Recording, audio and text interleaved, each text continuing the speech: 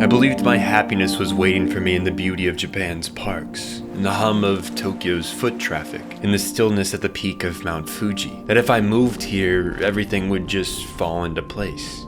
That feelings of longing and uncertainty would become something of the past. But that way of thinking can be dangerous. I came to Japan because no place has ever called me more. To walk its streets, to lose myself in its nature, to meet the people who live between tradition and change. But I didn't just book this trip to admire its civil beauty.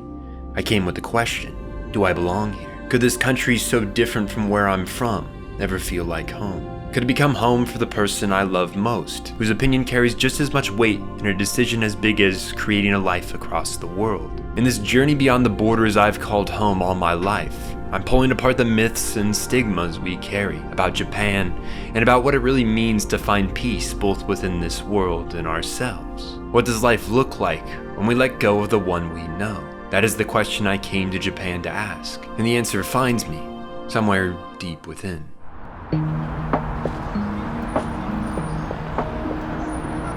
Anxiety, uncertainty. These are the first sensations to find me after landing, woven into the corridors of Haneda Airport, echoing through the foreign rhythm of Tokyo's train system. It's not as if I am unprepared. I knew this discomfort would return. 2 years ago, I made the difficult decision to abandon my study abroad plans in Osaka after experiencing the first panic attacks of my life, once finding myself completely alone in my college dorm. But looking back, I don't see that decision as a total failure.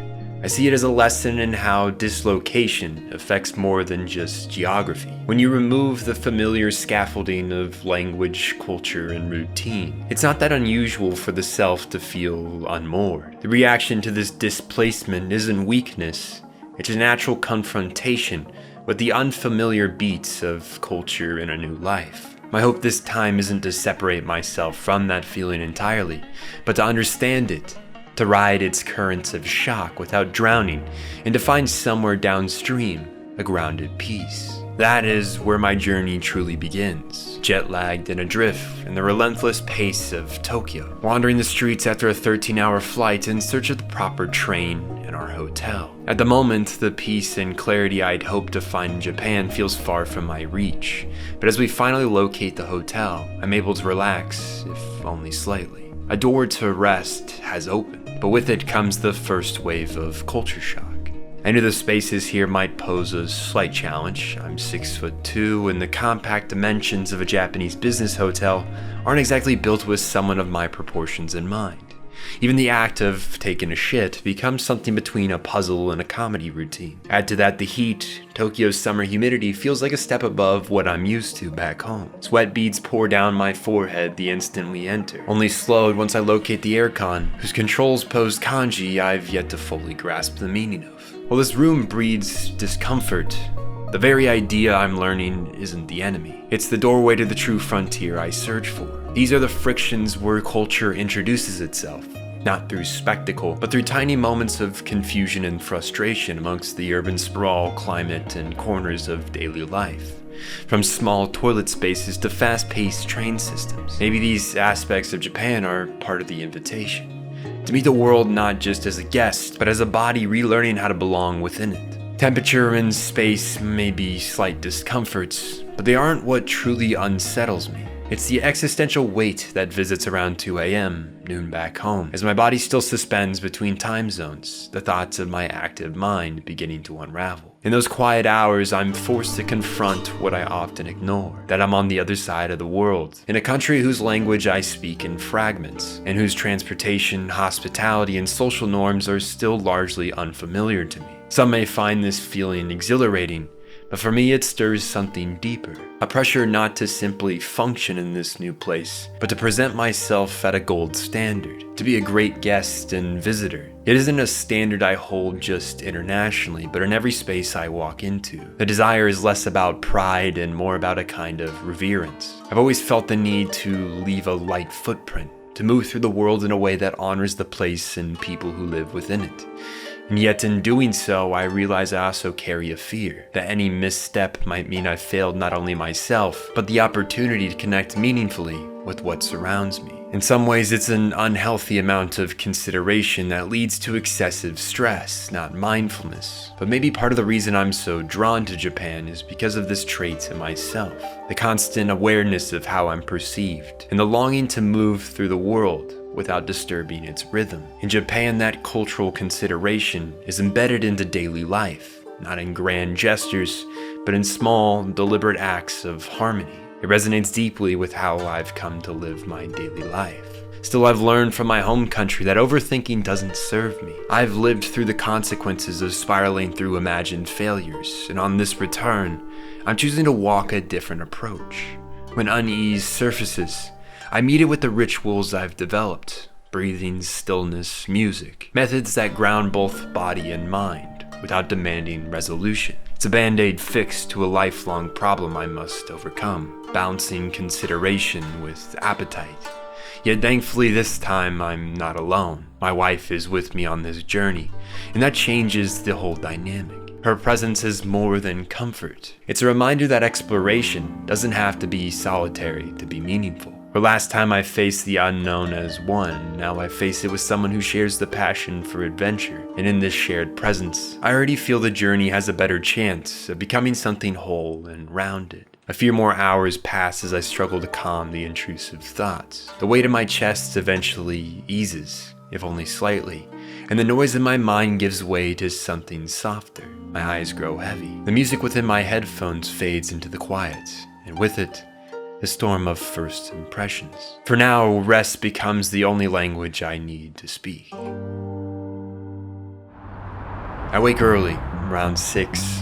My body's still unsettled by the 14-hour time difference. That lingering jet lag makes adjusting to this new environment feel like a slow assimilation rather than an immediate arrival. As much as I'm tempted to retreat in the cramped confines of our business hotel, where Ludwig's familiar voice for some reason offers a sense of home we both seem to need, today marks the true beginning. We venture north to Kanazawa, our first destination on a 3-week journey through 8 cities. 25 days of adventure in search of more than just sights. This is an expedition to explore not only the Kanto and Kansai regions, but also the deeper question: could this place become our home? Each step carries the weight of that possibility, a hope tempered by the reality of transition and the patient work of finding belonging. It's a journey we both take together, but also separate. No two people's experience will ever match beat for beat. I can only guess how Skylar may feel, as she does in relation to I.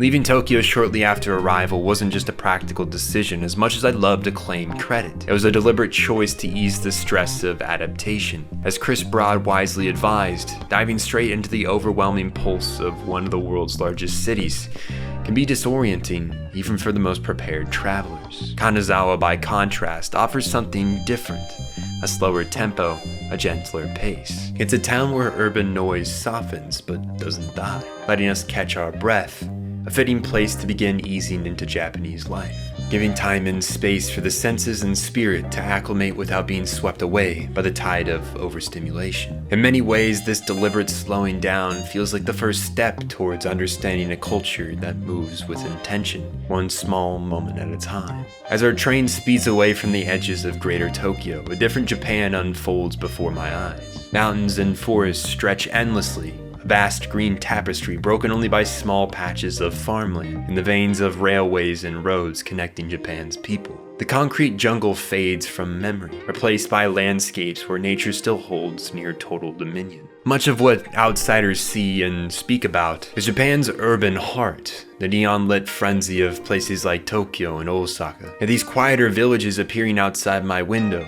hold stories less told, lives lived at a different tempo, in rhythm with the land and its spirit. I note to myself that someday I wish to venture deeper into this countryside, where the people live more simply, and where old traditions are solidified in their essence. For now, the closest I'll come on this trip is a neighboring town of Mount Fuji, though even there the footprints of tourism are undeniable. Still, I've resolved to seek out the local life wherever I go, to listen and have conversations with locals in the community, experience life here deliberately. I committed to speaking only Japanese when possible, reserving English for moments of necessity, and made a pact with my wife to seek out restaurants where the food and service reflect the locals' rhythm, not places overrun by tourism, but where everyday life unfolds naturally. Online, I had come across a kind of cultural countercurrent, a group of voices that seemed to resent Japan's rising popularity. Some claiming the Japanese are cold towards outsiders, reluctant to engage or share the same space. It struck me not as a warning to travelers, but a deterrent, an attempt to paint foreign disdain as a norm. But from conversations with relatives from Japan and those that lived here, the narrative never sat quite right. Yet I knew that to truly understand, I couldn't rely on secondhand impressions or hopeful assumptions. I needed to experience firsthand, to listen carefully, not just to words, but to the silences and gestures that speak volumes within this culture. Maybe this stigma stems from something more complex than simple dislike. Perhaps it's tied to cultural boundaries, a subtle dance of social expectations, or a collective caution towards outsiders. Whatever the truth, my goal wasn't to prove or disprove, but to approach with humility and a genuine desire to bridge worlds. The West is known for its individuality that sometimes leads to less consideration for your fellow neighbors. The East has prided itself for years on social harmony, which at times costs the self its voice, shape, and desire to stand apart. Yet, I wonder, could these two ways of life ever be harmonized? As we pass through Kanazawa's main station and step into the quiet neighborhood side streets leading to our first Machiya townhouse, the conversation in my mind continues. So far, every encounter has been marked by kindness and a willingness to help. There's a quiet curiosity in the eyes of those we pass. Not suspicion or disdain, but interest, either at my height or simply the novelty of foreigners moving through a local neighborhood. Some might find that gaze uncomfortable or alienating. To me, it's a reminder of a deeper truth. Difference is unavoidable. To travel is to embrace that reality, not to resist it. It's not a path towards alienation. If anything, it draws you closer to people whose lives may look nothing like your own, yet whose humanity mirrors your own. It breaks down the illusion that there is an us and a them, reminding you of the only truth there is. We are all ultimately the same within. So yes, we are not from this place, yet in a sense, we are no more out of place here than we were at home. The differences we encounter don't have to divide us from a nation's people. It can be a doorway to a conversation of curiosity and interest, a doorway that goes both ways. If we are willing, we can learn to move not as strangers, but as participants, finding ways to become one with this new world while sharing parts of our own, even if only for a short time. That perhaps is the beauty of each new journey. The human ability to connect across to language and culture. The day unfolds with small victories, navigating convenience stores, learning the differences in restaurant service, settling into the historic Machiya. The uncertainty that clung to me after landing begins to ease as the anxiety slows, softened by each interaction I have. With every use of my grammatically imperfect Japanese, I feel small confidence build within. Language, I've come to realize, is more than just words. It's a greater gesture of vulnerability and a bridge to connection. But more than that, it's a quiet way of showing respect. To speak in someone's language, however imperfectly, is to show consideration not just for the person, but for their land, their rhythm, their culture. It conveys the idea that I'm not here to reshape this place into something familiar.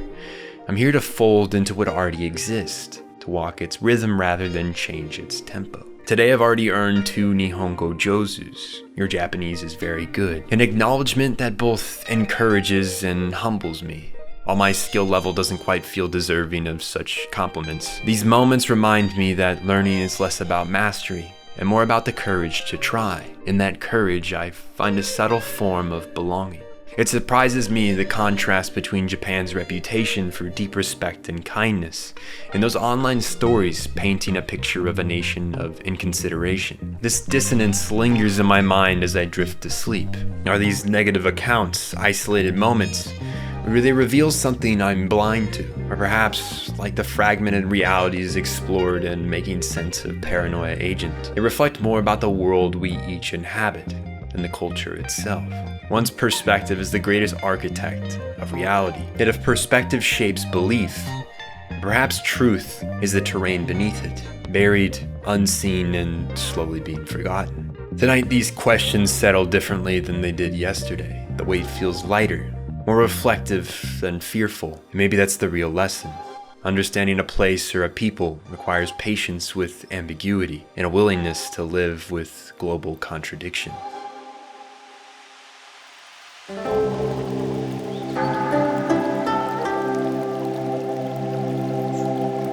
This is the Japan I imagined. Serene gardens, a kind couple repeatedly offering to take our picture after I offered to capture theirs. In the faces of the people here, I find cautious hesitation, not a coldness, but an uncertainty rooted in the question of whether we can truly understand one another. At the moment I speak a word of Japanese, I'm met with smiles and overwhelming kindness that transcends language. To learn one's language is like an invitation to cross uncertainty together. Wandering through Kenrokuen, the garden begins to work its quiet magic on us. The anxiety both my wife and I carried thus far dissolves gradually, replaced by a calm that seems so deliberate. It must be the very purpose of these gardens. They embody a vision I find profoundly moving, a perfect harmony where man's care and nature's wildness can coexist, not in conflict, but in perfect balance. Here, chaos and order dance as partners, each giving shape to the other without seeking domination. Of course, not all of Japan reflects this idyllic scene. Elsewhere, abandoned concrete jungles quietly surrender to the slow reclaiming force of nature, revealing a different, slightly melancholic beauty. The deterioration of humanity's creation offers a glimpse into the cycle that defines life itself. Cold gray concrete, experiencing new breaths of life through green vines and animal life. Yet here it's difficult to find fault in the tranquility of gardens like these, spaces that offer a glimpse of something larger, perhaps even an idealized form of mankind in harmony with the world it inhabits, a perfect balance.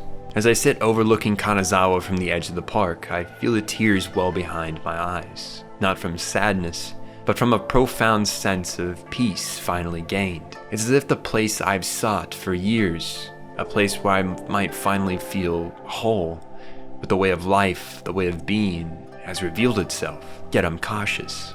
I've carried the fear that I might have romanticized Japan too much, building an ideal in my mind that reality could never meet. I'm not naive. Every place carries its contradictions, beauties and flaws intertwined. I came prepared for disappointment, for disillusionment, ready to confront the possibility that this country might not be what I believed it to be, might not be where I belong. Yet here in the stillness of nature, in the ancient wood and stone of Kanazawa's castle and shrines, I find an inner peace that challenges that doubt. Even the unexpected moments, the chance encounters wandering Teramachi's streets, carry a weight that feels meaningful. Perhaps peace isn't the absence of complexity or imperfection, but the ability to hold them both at once, the ideal and the real, belonging and the acceptance. And in that balance, I begin to glimpse what belonging might truly mean, both abroad and at home. As we wander towards an old tea district, an older woman emerges from beneath the noda fabric hanging above a quietly marked cafe door. She spots us and, with an enthusiasm that catches me off guard, poses a question. "Kare ga suki desu ka?" I respond saying yes, curry happens to be my favorite food. A spark of delight lights up her face. I receive a Nihongo Jozu for my brutalized Japanese, and she warmly insists we try the cafe that lies just beyond the sliding doors before us. At first we hesitate, perhaps a skepticism born from my American caution about stepping into unknown buildings and places.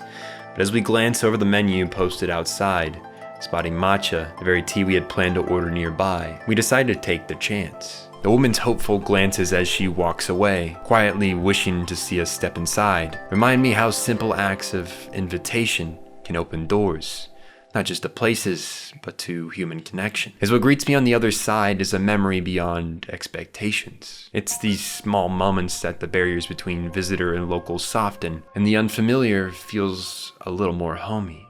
We take a step inside and are seated by staff. To my right, a small group of men converse, while the owner awaits patiently for our order behind the kitchen window. When she brings over our tea, she asks us about ourselves, where we're from, why we've come to Japan. So I tell her it's our honeymoon. Skylar and I just married last Saturday. What follows is an unexpected, warm round of congratulations from both the staff and the men beside us. A spontaneous celebration that dissolves the distance between strangers. My so-so Japanese has opened a door, transforming what could have been a simple tea and biscuits into an unexpected memory. The owner presents us with a handcrafted gift. The prince and princess from the legend of the bamboo cutter, a timeless tale of love honored in autumn festivals across Japan. Adding to the generosity, the man who served us offers a delicate bunny keychain made of heated glass, inspired by the mention of Skylar's affection for bunnies. These small acts of giving feel like more than gifts, and that's because in a way they are. They're gestures of connection, ritual bridges that weave us into the fabric of this place and its stories.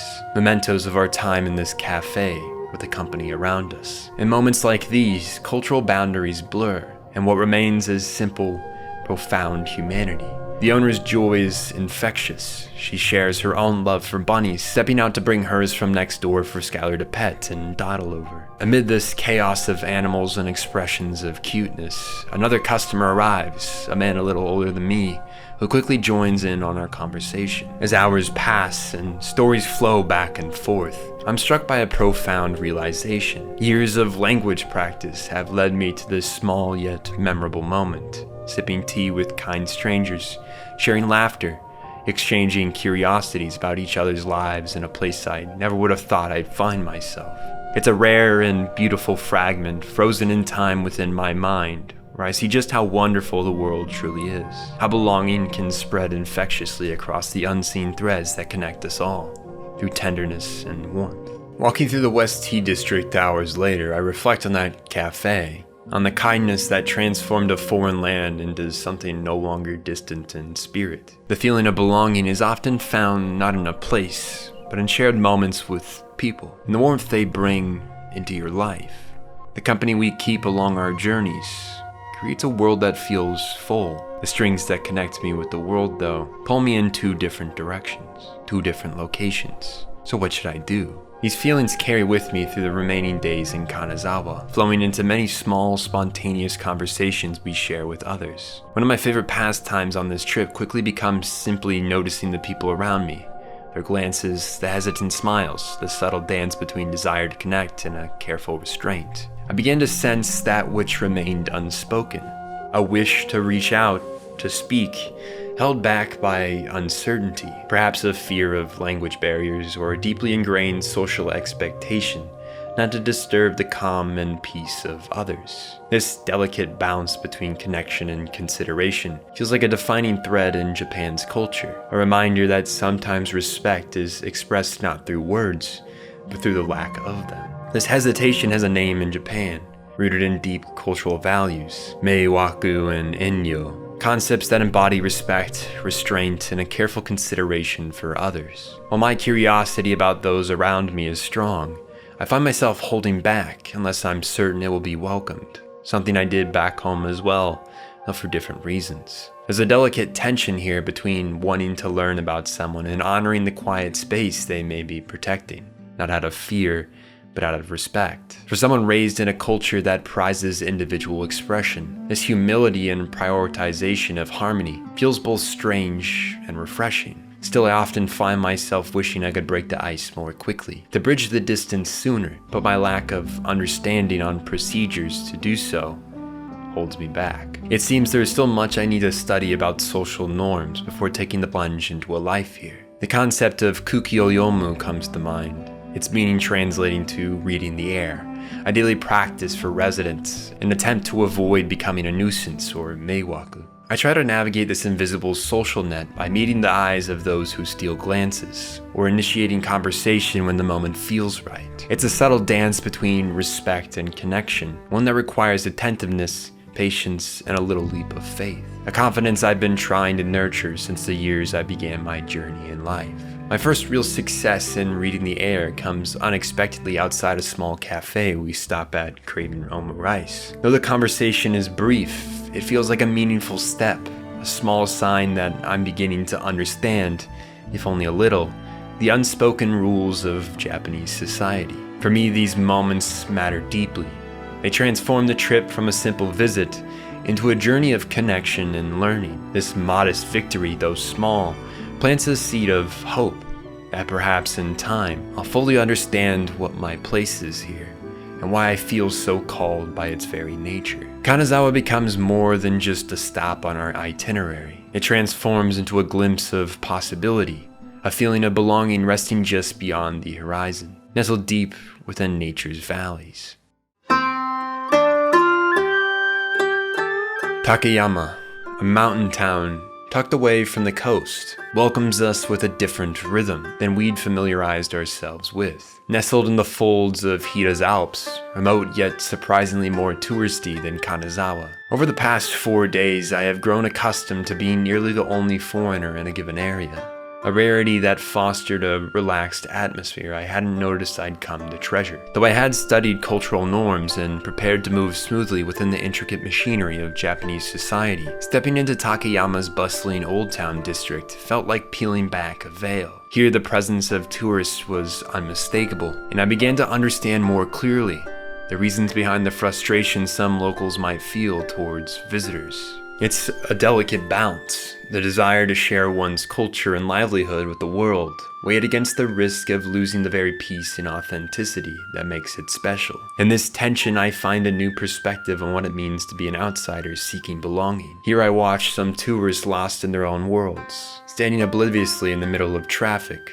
voices that rise louder than what would be considered polite on buses, trains, and residential streets. Trash left littered, and every so often I overhear strange remarks about Japanese people spoken in English, as if the speakers don't realize the language is taught throughout Japan in grade school. The scene is a little jarring, and it leaves me conflicted. After all, I'm a tourist too, one striving to be considerate, having met others who share that same respect, but we all share the same title, whether respectful or not: Gaijin. A foreigner. Frustration wells up inside me, especially in small moments like the woman in front of me repeatedly pressing her seat into my knees, aware but indifferent to my discomfort. It's a complicated reality, being both observer and participant, in a space where boundaries blur. It challenges me to balance empathy for others' ignorance or unawareness while protecting my own sense of respect and comfort. Perhaps this tension is part of what makes traveling both rewarding and difficult. The constant navigation between personal experience and collective responsibility. There is a concept in Japan called kikubari, the subtle art of being aware of others' needs or feelings without being told, anticipating what's required and acting quietly to maintain harmony. It's a practice deeply woven into daily life here, yet not every visitor arrives with this social awareness in mind, and some may find it challenging to fully embrace. I believe that when traveling, it's important to respect the customs and expectations of the places you visit, rather than defaulting to those of your homeland. However, I understood this perspective isn't exactly universal. I found myself frustrated when fellow travelers act in ways that risk casting a negative light on our presence as visitors. Yet I also recognize that navigating unfamiliar cultural norms is complex, and that learning is a process for everyone. I hope that anyone journeying abroad, whether to Japan or elsewhere, approaches the experience with consideration for the people around you and for yourself. Because I believe that true unity among people grows from mutual respect and an openness to the lives and practices that shape each place. I hope to meet more fellow travelers on this journey that share my mindset, though Takayama's bustling tourist area doesn't seem to be that place. I find myself drawn away from the crowded streets and busy attractions, intentionally seeking quieter side paths and local restaurants. Fortunately, our lodging is tucked into a peaceful neighborhood, removed from the main strip, which leads us to unexpected discoveries. Both mountain trails that offer a breath of fresh air, and the charm of warubi soba, a local ramen shop cultivated over years. In these quieter corners, I'm reminded that sometimes the richest travel experiences aren't found in the busiest places, but in moments of calm simplicity and genuine connection to the local rhythm. Warubi Soba is a small, nearly unmarked shop run by a man and his wife who welcomes us in, recommending to us chuka soba, known more commonly as ramen. We watch carefully as he prepares the noodles and broth, topping the concoction with green onions and pork cutlet. The moment I take my first bite, I feel transported beyond the little shop nestled in the residential neighborhoods of Takayama. The broth itself is indescribable, rich with depth and care. I feel Warubi-san's attentive gaze, sneaking quiet glances while chopping green onion, to see if we enjoy the meal. Reminded me of the cultural idea of omotenashi, Japan's deeply ingrained spirit of wholehearted hospitality, anticipating guests' needs without expectation of reward. We express our love for the noodles, a genuine smile crossing Warubi-san's face. And with that grin of delight, I know this place is one special enough for another visit. It feels like more than just a meal, more like a connection to the care and tradition woven into Warubi's chuka soba and daily life here. What draws me repeatedly to many of these Japanese restaurants is the unmistakable feeling of home, the sense of comfort and peace found within the places around the world that we all call by that name. Warubi has been rooted in this very place for decades, pouring dedication into his craft. The shop decorated as one would a home, mementos of his life and the town surrounding us, photos of Warubi at about my age scattered across the walls with friends, families, and strangers. A quiet testament to his lifelong commitment as chef. Life's beauty has been captured in this simple roadside shop, a person's passion and sense of belonging left open for someone like me to witness. It brings tears to my eyes. These reflections of life and purpose carry through every meal, whether it's a local izakaya full of laughter or personal conversation with the son of a sushi shop's founder. The care we find goes beyond service. Green tea offered as a free service after our meal. Custard pudding gifted to us as a token of celebration for our recent marriage. Though I initially hesitate to accept such kindness, I come to understand a cultural truth. In Japan, accepting a gift is not indulgence, but an acknowledgement of the connection between two parties. A bridge of sorts. To refuse risks breaking the thread of respect that silently weaves two hearts together. These gestures become a cherished part of our journey, a reminder that hospitality here is more than generosity. It is an honor, a bond that transcends words, and a treasure we carry with us long after the meals end and our hostels fade from vision as we press towards our next destination. We'll remember these places for more than just the food or bedding. If anything, the service solidifies the memories. Memories of delight, warmth, and belonging. Every time I see the handmade crafts from Zenin Cafe, I'm reminded of the warmth and kindness we experienced there. Each sip of tea, each bite of pudding brings back the memory of sushi and service in Takayama. Our hope is to return this kindness one day, by coming back, by sharing more moments in these places that have touched us. I find myself blurting out as I exit the sushi shop the words matane, a casual goodbye usually reserved for friends, students, or coworkers. The expression often earns a smile or laugh from staff, for its use being oddly casual for our relationship, and aware that there's no certainty we'll cross paths again. But for me, those words carry a deeper meaning, a quiet hope, a wish to return, to share their food once more, and to reconnect with the people and places that have made this journey so meaningful. I'm a gaijin after all, and with that comes a certain grace. When I fumble between formality and casual speech, when I hesitate at customs or stumble through stations, I'm met with patience. It's a leniency not often extended to those born into the culture.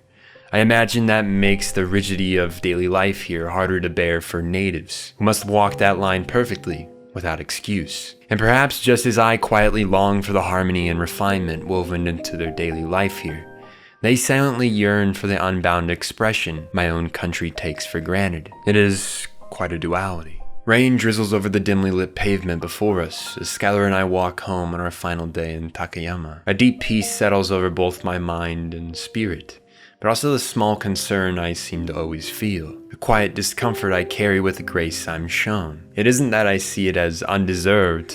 I try to be thoughtful, to meet the culture where it stands, but I can't ignore that this leniency is rarely afforded to those born within it. Natives expected to walk that tightrope of decorum without falter, while foreigners like myself are given room to wobble. And yet I've seen that grace stretched thin, misused by those who enter carelessly, who wear cultural ignorance like a badge of pride.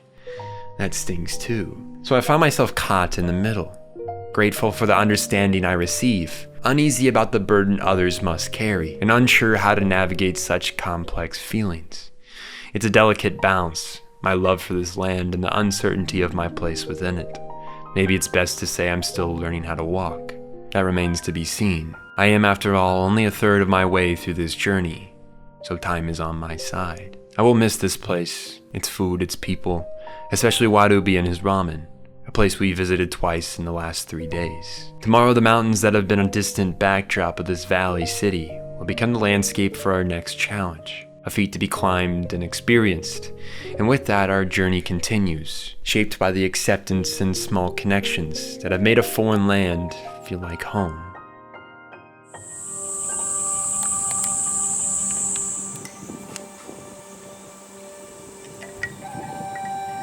Kyoto surprises me with its mountainous terrain, a fitting location for the city of 10,000 temples. Tucked off the beaten path, we find ourselves on our first temple visit. Its beauty so profound it feels almost otherworldly. Inside the inner sanctum, I encounter the customary restrictions many overlook. Photography forbidden in certain areas, and here is one of them. The ceiling was adorned with hand-painted wooden dragons, wrapping around the lantern, suspended from the ceiling like silent guardians. Across their coiled bodies, delicate paper ornaments drape hanging to near eye level, their colors vast and expressive, a counter to the brown tones of wood that made up the temple's frames. The place itself is nearly empty in the early morning, lending a solemn stillness that leaves me speechless. In that quiet, I begin to glimpse the profound simplicity and dedication of monk life, an existence devoted to harmony and contemplation. Walking near the temple's cemetery, the voice of a shrine cat calls out to us, the animal quickly approaching for scratches. Its gentle presence reinforces the feeling of comfort in being one with nature that washes over me. Like the sacred and the familiar have become intertwined, deepening my connection to such an ancient place. Those same feelings of warmth and welcome return as we check into our homestead for the week. Koichi-san and his wife greet us with such genuine hospitality that words almost fail me. Our conversation, a mix of Japanese and Google Translate, that bridges the gaps when the topic becomes complex. As a gift for our honeymoon, they present us with tea mats with owls stitched into the blue, a thoughtful token that creates a personal connection between us. I find myself deeply moved by his kindness, a hallmark of Japanese culture that comes to feel both natural and extraordinary. It's a part of the experience I've come to appreciate that goes beyond service and enters into the realm of sincere human connection. In turn, I strive to express my gratitude not only through my payment, but also by being the best guest I can, mindful, respectful, and appreciative. For me, this generosity is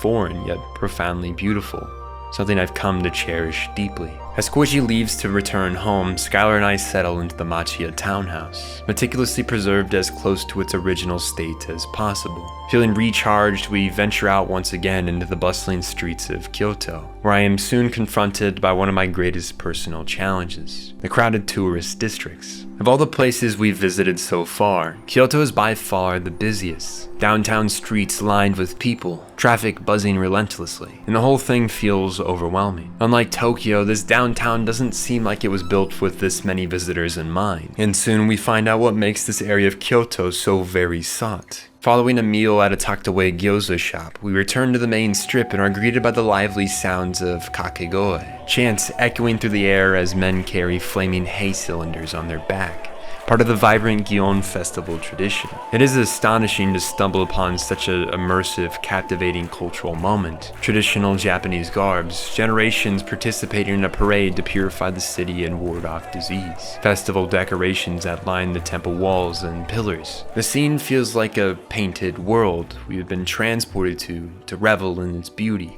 We decide to stay for the day's festivities, which means confronting my discomfort in larger crowds, a test of patience and willingness to embrace the unexpected. It's not that I don't want other tourists around. What's difficult for me is witnessing some deliberately ignore the guidance of shrine staff and police officers. It serves a mix of secondhand embarrassment and frustration, especially because in some ways their actions do represent me and other travelers. I had discussed this once with a friend over drinks. We agreed that when we are visitors in another country, it's only right to pay attention to their way of life. That doesn't mean erasing our own culture, but it does require basic courtesy and mindfulness. Perhaps it's an idealistic hope that everyone might adopt this mindset of mutual respect. And certainly it's not something I can control, yet it remains an aspiration I carry as I move through foreign spaces, doing my best to be a respectful guest in a land that is not my own. Shikata ga nai, I think to myself, a phrase that captures something deeply rooted in the traditional Japanese spirit, a quiet acceptance of what lies beyond one's control, met with perseverance rather than resistance. However hard it is for me to come to terms with my own limitations, at some point I have to find peace with them. There's many things in the Japanese way of life that I know I could learn from. Something steady, humble, and quietly resilient. Yet resilience does have faults. There is a grace in how Japan embraces the uncontrollable, a soft surrender to life's unchangeable currents. But what soothes a society can also silence it. Beneath that poised stillness lies a burden. To smile while aching, to comply while questioning, to carry the weight of propriety while never setting it down. It is a beautiful kind of strength, but one that often comes at the cost of stress. As a foreigner, I'm allowed to stumble. I'm forgiven for the missteps, but locals, they walk tightropes, expected to never lose balance, never show the strain. It's a contradiction I still can't unsee. This land that welcomes me with open arms, while often denying its own people the same space to fall apart. And yet still I admire it. Not blindly, not without question, but with reverence for a culture that endures, and with compassion for the silent toll that endurance takes from a person. As I soak in the vibrant festivities, the living beauty of an ancient culture still thriving in the modern world, I find myself caught between awe and gratitude, fully present yet aware of how fragile these moments truly are. This delicate bounce, the grand joy of being here, tempered by the knowledge that such euphoria is fleeting and must be cherished while it lasts. With hope, I wish for each day in Kyoto to hold this wonder, even as I prepare myself for the inevitable shifts that await within reality. Because the world is more than the colors of beauty or shadow. It exists within the spectrums between, and too often we lose ourselves to just one side.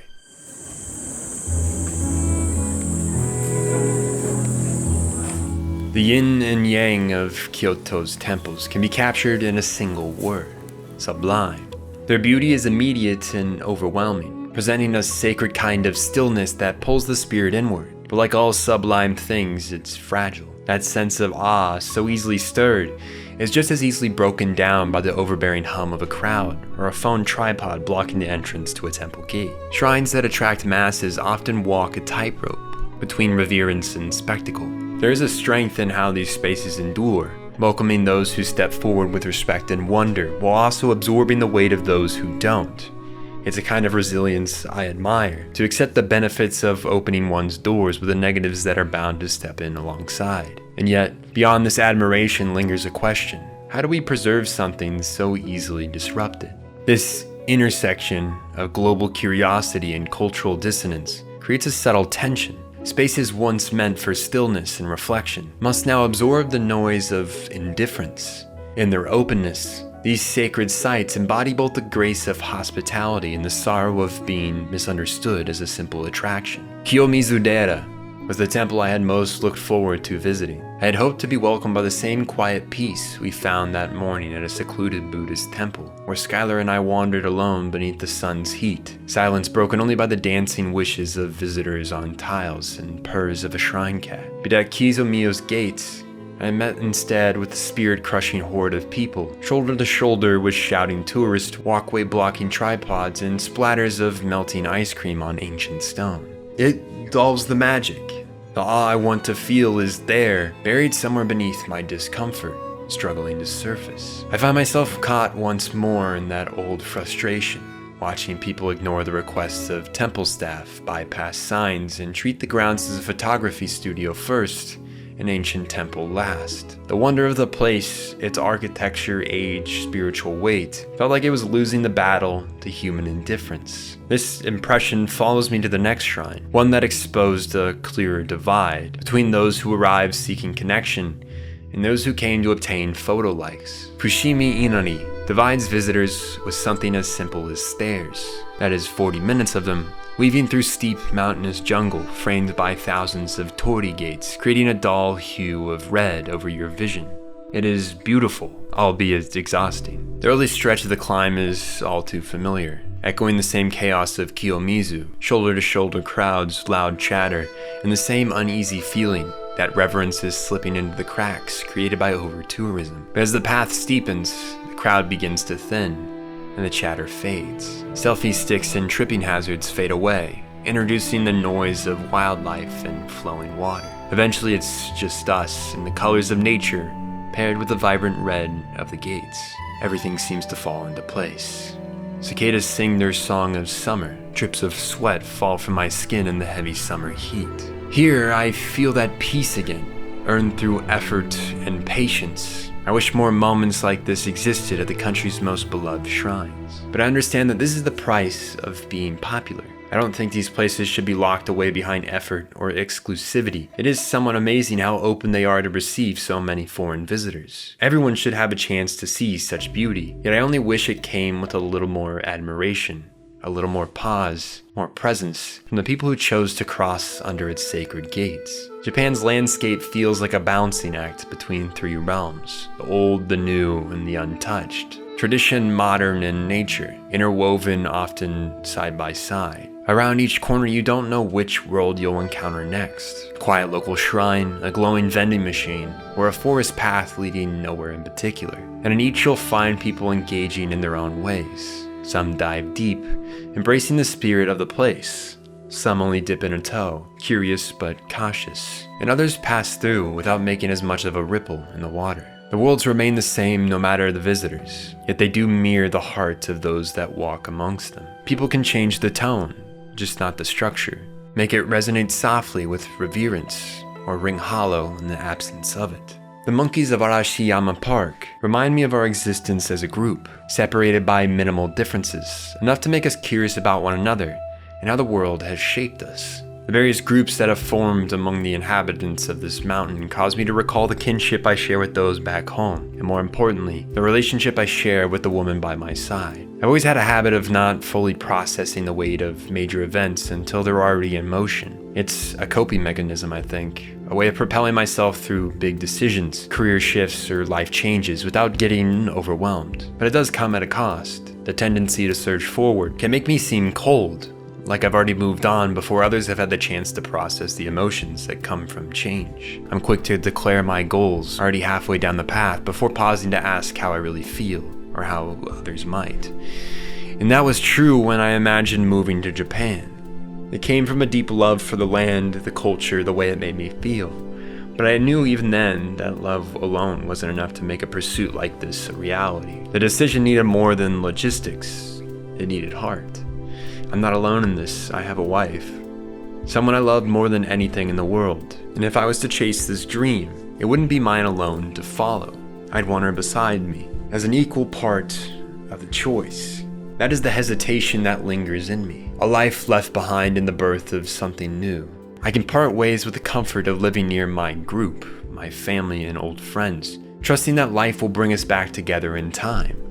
But her, I would let this dream become mere embers if it meant keeping us rooted together. When we chose to share a life, I meant every word. And so if she doesn't wish to explore a future here, then neither do I. So then the question becomes, what am I truly willing to leave behind, if not everything? Love is a curious thing. Each expression shaped by its own conditions, principles, and unspoken understandings. The love I hold for one friend doesn't mirror the love I hold for another. The love for a place, this place, is different from that which you'd find in a person. I can say now with certainty that I love Japan. As I wandered Dotonbori, its vibrant pulse of culture and modernity showing me a world I only dreamed of before, I found myself wanting to be a part of this city's rhythm. But I love my partner more. Do we leave together for this place, or do we stay in our own home country? That question is what sits between us now. Quiet, unresolved.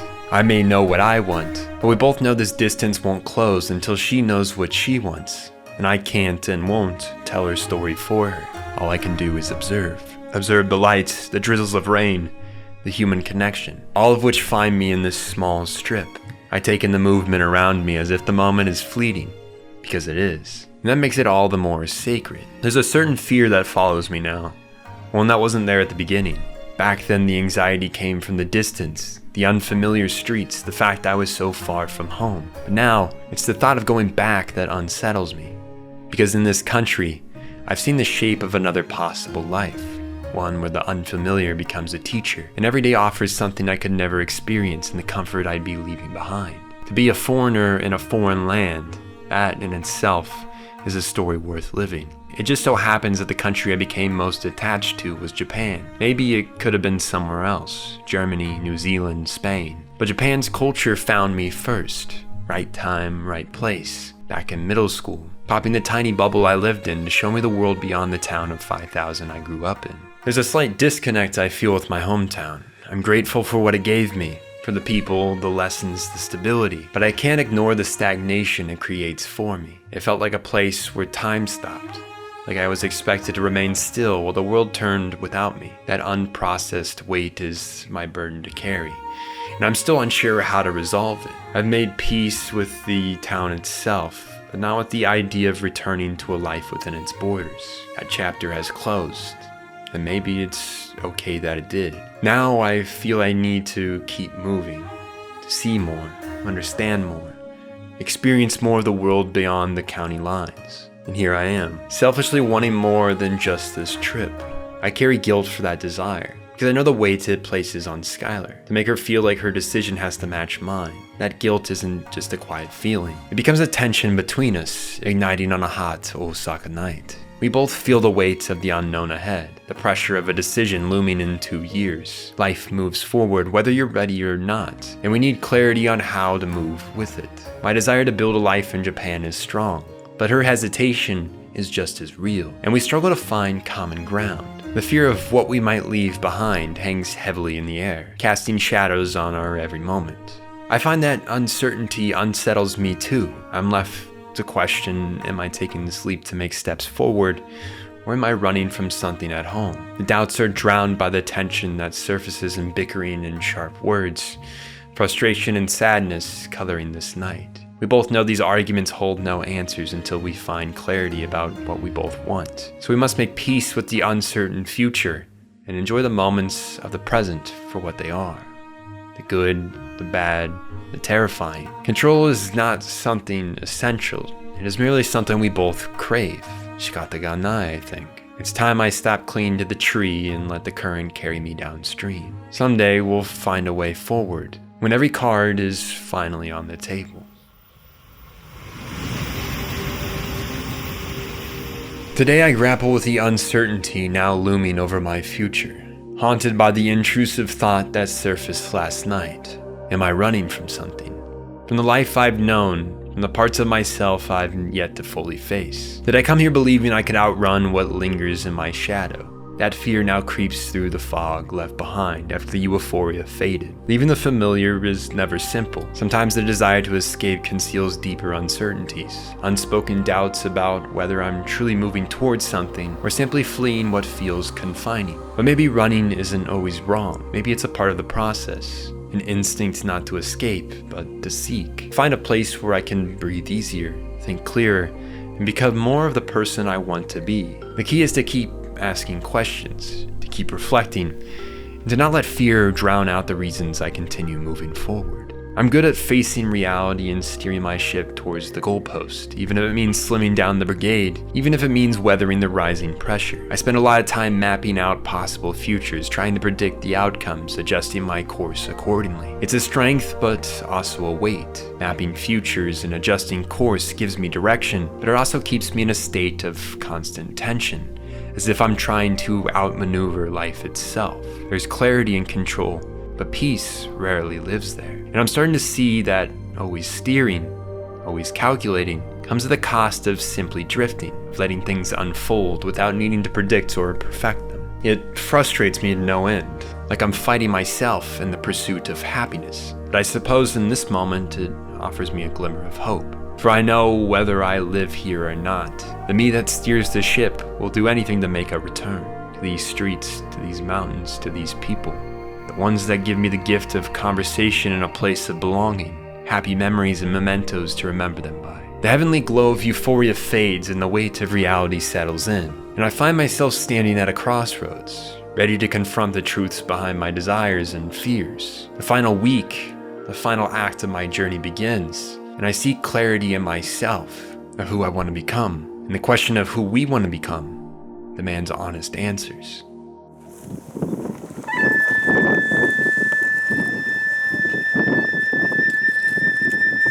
I catch a glimpse of inner peace as I gaze out at the world below. Everything's so small, so insignificant. It makes each action I take feel a little less burdening. The thoughts I carried here will remain part of me, though this place feels worthy of laying my uncertainties to rest. Sadly, that's just not my reality. How cool would it be to say I came to terms with everything atop Japan's most iconic volcano? Yeah, that's unrealistic. It seems the thing I fear most is stagnation. I don't want my life confined to one small pocket of space, one fixed chapter or place. Perhaps that's what has always drawn me to travel, and what fuels my desire to move to Japan. I want a line to be the shape that encapsulates my life, one that bends, twists, and refuses to settle into predictability. Maybe that's just because I'm 23, still tasting the restlessness of youth, but maybe it is something deeper, a quiet rebellion against the idea that life is meant to repeat itself daily, weekly, and yearly in cycles. These cycles offer comfort, but for some they become cages. A meaningful life can be found in the repetition, but also in the movement, in allowing uncertainty to shape the path rather than fear it. The cycles are part of life, and at each stopping point of my story, I'll still pass through the rhythms of every day. I have to learn to find joy there, in the routine, the stability, the stillness. But when the cycles begin to tighten, when it no longer leaves space to grow, maybe that's when it's time to move on, to continue drawing the line, seeing just how far it'll stretch by my end. Alongside this thought is another fear I carry, one rooted in my feelings about my own country. I feel sharp pangs, witnessing it so deeply divided, where people clash over issues both trivial and vital, as if the fractures define our very existence. This persistent conflict without true dialogue feels fundamentally wrong.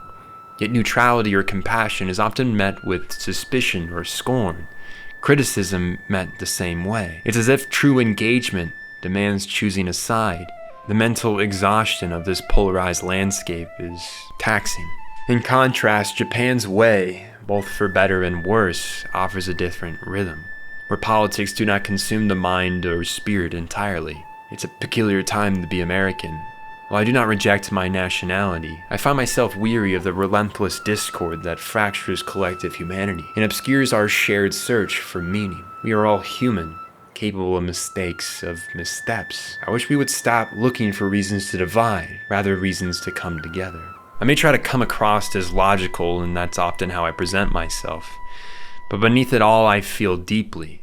I tend to hold those feelings in until they become too heavy to bear, so yes, I'm guilty of making snide remarks or expressing frustration. I'm guilty of anger. Doesn't that just make me human? It's this weight of feeling powerless against the larger story unfolding in my country. A story I can observe but not seem to influence. It makes the idea of leaving so liberating. Is it so wrong to wish to run away to a land that embodies the harmony I've always longed for? A place that struggles like my own country, but at the very least embodies more of my morals. I began this journey intending to explore how I interact with this country and how it interacts with me. Yet here I find myself unraveling my deepest insecurities. I believe my reasons to move are valid, but I also know I mustn't see this as an escape. Rather, it's a chance to build bridges. And perhaps I can help demonstrate that our differences need not divide us. Maybe I did that here, because at our core we are all people. And I will never accept the idea that we cannot find a way to get along. And so while I may still grapple with the inner turmoil still as I descend this mountain, I do leave behind one of my greatest fears. The fear of being emotional, of showing my feelings on screen, of speaking them out loud, of letting others truly see the me that lies behind the shell. I decide to move forward towards the labyrinth of Tokyo, carrying a new, ever-fragile sense of self. Before the rush of the city that promises everything as well as nothing all at once, we take one final day to find stillness in what lies beyond the urban sprawl. Gora Hakone, famed for its hot springs, offers more than just relief for our sunburned skin, red from the blistering sun on Fuji. It offers a kind of quiet restoration. Nestled in its valleys are onsens that speak not only to the body but to the spirit. And right now, both of those could use healing. There's a fragile peace we carry between one another, like steam hanging in the air, visible, weightless, and fleeting. We sit, unsure if we should speak about the uncertainty that lingers beyond this moment. But I remind myself that not all things must be solved at once. Some answers need time. And perhaps the most important act of love is listening, not pushing, not planning, but simply being present and allowing space for both of us to breathe. I find myself rushing through life at times, as if I am always behind on career, fitness, on finances, chasing a version of success that was never mine to begin with. But maybe in rare moments like this, soaking in the spring with the one I love, I remember each journey unfolds in its own time. In the warmth of this water, we finally break the ice, not with answers, but with honesty. We both hope to fulfill each other's wants from life, but hope alone isn't always enough. What matters now is patience, a quiet, enduring patience for her path, for mine, and for the shape our future will take together. Patience, that's always been a difficult concept for me to hold. I've lived much of my life headstrong, pushing forward with relentless effort, chasing progress, chasing outcomes. No amount of force can speed up time. No amount of effort can show me what our lives will look like in 2 years. Only patience can do that. So instead of marinating in anxiety on the future, I choose to wait with intention. I want to enjoy my life as it is now, not as a placeholder for what might come, but as something real, something worth living. I want to cherish the closeness I currently have to friends and family, because I may never again live this near to so many people I love. And so, I'll do all I can to make the most of this chapter, to embrace the stillness, to find meaning in the slow moments, and to rediscover the beauty of the present. As we wind down in anticipation of tomorrow's journey to our final destination, I remind myself to cherish this trip, not just as a glimpse into what a life in Japan might be, but as the first of many adventures shared alongside my wife. A beginning, not a test, a memory we build together, no matter where the path leads next.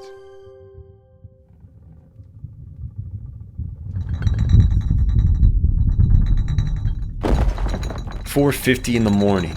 I wake delirious to the shaking of the building, the deep rumble of the earth below, and a foggy inability to grasp what exactly is happening. The tremors last no more than 30 seconds, but long enough to remind me of how small I am atop this island of fault lines and wonder. As the shaking fades, the birds resume their morning song, as if nothing ever disturbed them. This was my first experience with an earthquake, something I wasn't exactly hoping for, but strangely had a small desire to encounter. If I ever truly wished to live here, I wanted to face the realities of what that entailed. Back home, we have tornadoes, Arctic storms, and hail. Here in Japan, it's typhoons, tsunamis, and the ever-dreaded Jishin earthquake. The experience did rattle me, if only for a moment, but in truth, it was only a magnitude 3.1. Hardly a glimpse into the full force of what the tectonic plates beneath this island nation are capable of. Still, it served as a reality check, a reminder of the aspects of life here I had forgotten in the romance of discovery. And with that, I'm reminded of mortality. It's not a fear I carry closely, the fear of death, but it's something that drives me, a motivator to seek out what matters most in this brief existence. To do, to see, to become. Because whatever lies in the great beyond remains unknown. But more than that, the quake reminded me of those I love, the ones whose presence gives life its color. It's not just about what I want to do before I die, but also about who I want to share it with before they're gone too. And maybe that's something I've been holding back. This trip's been more about testing the waters of a foreign land and peeling back the layers of a culture I've long admired. It's become more about uncovering myself, holding a mirror to the fears I've buried, the doubts I've ignored, the feelings I've suppressed because I've spent so long presenting myself as composed, logical, and certain. But in truth, I've just been trying to hold it all together. Words don't make the man, actions do. And so what will I do to shape who I become? I've realized that you can't truly connect with the world or with another person if you're hiding from yourself. That vulnerability isn't a weakness, it's the bridge between isolation and understanding, between running and arriving. So as we prepare to enter Tokyo, the most chaotic destination of this journey, I carry with me something more important than a plan. I carry a fragile kind of openness, a willingness to be seen, to be wrong, to to be human, and maybe that's what I was meant to find all along. There's a pull within me, a quiet tension between two homes, one tethered to the people who've come to know me my whole life, and the other calling me towards a future painted with unfamiliar wonder. It's not a decision I make alone, of course, and so as the Sandman gently lulls me back into my dreams, I let go of the need to control the outcome. I trust that the real answer to the questions that followed me through each moment of this journey, will be waiting for me at the end of the line. What finds me in the end is not a single truth, but a kind of clarity, one shaped not by answers, but by the depths of the questions themselves. I see my homeland more fully, with its comforts and its fractures, just as I begin to imagine a life here with sharper detail. Tokyo no longer overwhelms me. The labyrinth that once bred anxiety now feels like a strange kind of second skin. There's poetry in the city's contradictions, the old and the new coexisting without needing resolution, the chaos harmonized as all types of people attempt to get by in a damaged world. The quiet residential pockets offer breath amid movement, yet still I toe a delicate line, caught between the role of outsider and the hope of belonging. Perhaps that line is not meant to be crossed, but danced upon, and perhaps that too is part of being human. Part of being a stranger in a strange world, looking for connection and inner peace. Maybe one day I'll close the cultural gap just a bit more, but for now I recognize how much growing I still have to do if I'm to return and live among these streets. There's a quiet beauty in the thought of bringing pieces of my culture to another land, but only if done with humility. To impose my way of life without regard for theirs would be a kind of violence, a refusal to listen. The expectations for a foreigner like me are often low, but I don't want to meet them, I want to exceed them. Not to prove anything, but because it feels right. To be a guest, or maybe someday a resident, who carries curiosity, not authority. One who learns by watching, who speaks carefully, who becomes one without erasing.